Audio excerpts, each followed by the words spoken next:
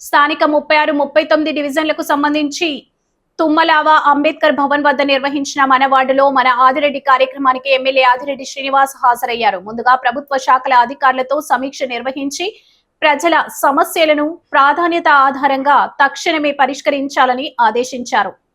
అనంతరం కూటమి నాయకులు, కార్యకర్తలు స్థానిక ప్రజలతో ముఖాముఖి నిర్వహించి పలు అభివృద్ధి కార్యక్రమాలు, ప్రభుత్వ సంక్షేమ పథకాలు, భవిష్యత్ కార్యాచరణపై విస్తృతంగా మాట్లాడారు. గత 3 ఎన్నికల్లోనూ 36, 39 డివిజన్లు తెలుగుదేశం పార్టీ, ప్రస్తుతం ఎన్డీఏ కూటమికి అండగా నిలిచాయని గుర్తు చేశారు. ఈ ప్రాంతంలో నీరు నిల్వ ఉండకుండా సౌత్ ఇండియా షాపింగ్ మాల్ నుంచి సాయిబాబా ఆలయం వరకు 80 లక్షలతో భారీ డ్రైన్ నిర్మాణం చేపట్టినట్లు తెలిపారు. దీనివల్ల సందుల్లో నిలిచిపోయే వర్షపు నీరు వేగంగా వెళ్లే అవకాశం కలుగుతుందని చెప్పారు. అదేవిధంగా 2వ వీధి నుంచి 6వ వీధి వరకు అవసరమైన చోట్ల డ్రైనేజీ నిర్మాణం, రోడ్లు, కొత్త నీటి పైపు లైన్లు, వీధి దీపాల ఏర్పాటు వంటి పనులు కొనసాగుతున్నాయని తెలిపారు. ఈ కార్యక్రమంలో భాగంగా నాయి బ్రాహ్మణ సామాజిక వర్గానికి చెందిన పైడాడ సతీష్ నివాసంలో ఎమ్మెల్యే రాత్రి బస చేశారు. ఉదయం ప్రాంతంలో శానిటేషన్, తాగునీరు, డ్రైనేజీ తదితర సమస్యలను మరోసారి పరిశీలించి సంబంధిత అధికారులతో సమీక్షిస్తానని తెలిపారు.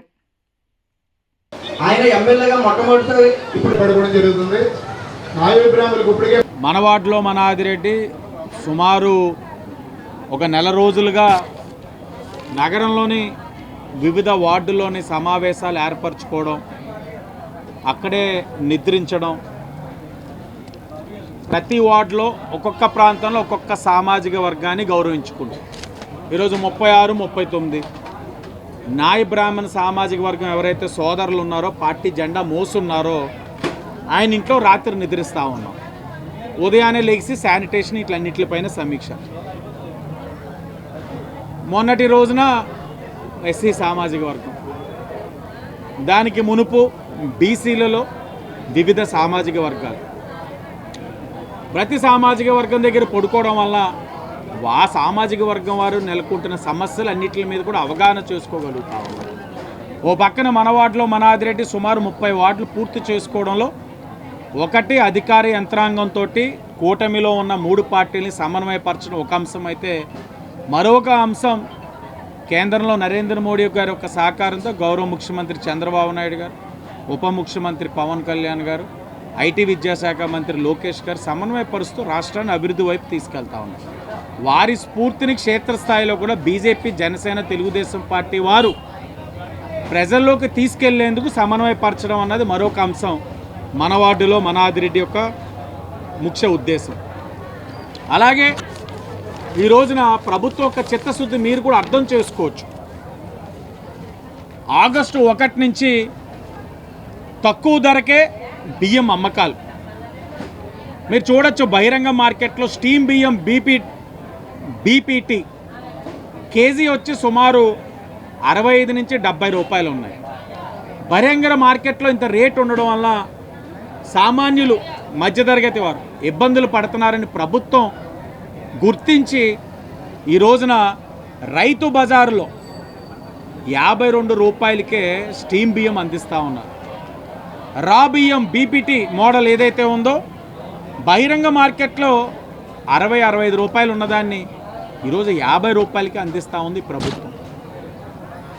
మాటల్లో కాదు, చేతల్లో సంక్షేమాన్ని చూపించేది కూటమి ప్రభుత్వం అనడానికి ఇది నిదర్శనం. అంటే ప్రజలపైన భారాలు తగ్గించడానికి ఏం చేయగలగం అవన్నీ కూడా చేసుకుంటూ వెళ్తా ఉన్నాం. ఈ 2 వార్డుల్లో కూడా అనేకమైన అభివృద్ధి కార్యక్రమాలు చేశాం. సుమారు 2 వార్డుల్లోనే ఇప్పటికే 4-4.5 కోట్లు రోడ్లు కానీ డ్రైన్లు కానీ వేయగా మరొక 1.5 కోటి పనులు జరుగుతూ ఉన్నాయి. కొన్ని టెండర్ స్టేజ్లో ఉన్నాయి, కొన్ని పుష్కరాలు ఇప్పుడు టెండర్లు పిలిచాం ఆటల్లో ఉన్నాయి. అంటే అవసరమైన రోడ్స్ కానీ డ్రైన్స్ కానీ అన్నీ కూడా చేసుకుంటూ వెళ్తా ఉన్నాం. ఈ భద్రత మా బాధ్యత అని ఉన్నప్పుడు మనకి ఆదమదిప వాంబే గృహాలు కానీ, లింగంపేటలో కానీ స్ట్రీట్ లైట్ సరిగ్గా లేకపోవడం, విపరీతంగా చీకటిగా ఉండడం, అలాగే బ్లేడ్ బ్యాచ్, రౌడీ షెటర్లు, అల్లరిమూకులు ఎక్కువైపోవడం కూడా జరిగింది. ఆ రోజున మేము ఇంటింటికి తిరిగి మీ భద్రత మా బాధ్యత అనే ఇన్సూరెన్స్ ఇవ్వడం, అది ప్రజలు నమ్మారు. ఖచ్చితంగా అంత మెజారిటీ ఇచ్చారంటే ప్రజలు నమ్మే ఇచ్చారు. దానికి ఇదిగా ఎప్పటికప్పుడు ఎప్పుడు లేని విధంగా వాంబే గృహాల్లో ఎవ్రీ మంత్ కూడా సుమారు ఒక 15 నుంచి 20 మంది పోలీసులు వెళ్తున్నారు. ప్రతి ఇల్లు చెక్ చేస్తున్నారు.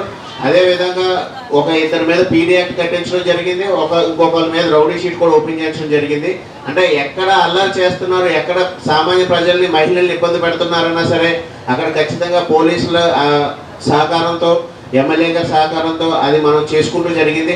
ఈ రోజున ఖచ్చితంగా వాంబే గృహాలు లింగంపేట ప్రజలు ఇంతకు ముందు మీద ప్రశాంతంగా ఆనందంగా ఉంటున్నారని చెప్పడంలో ఎటువంటి సందేహం లేదు. అది వాళ్ళు కూడా ఒప్పుకున్నారు, మీరు కూడా ఒప్పుకుంటూనే ఉన్నారు.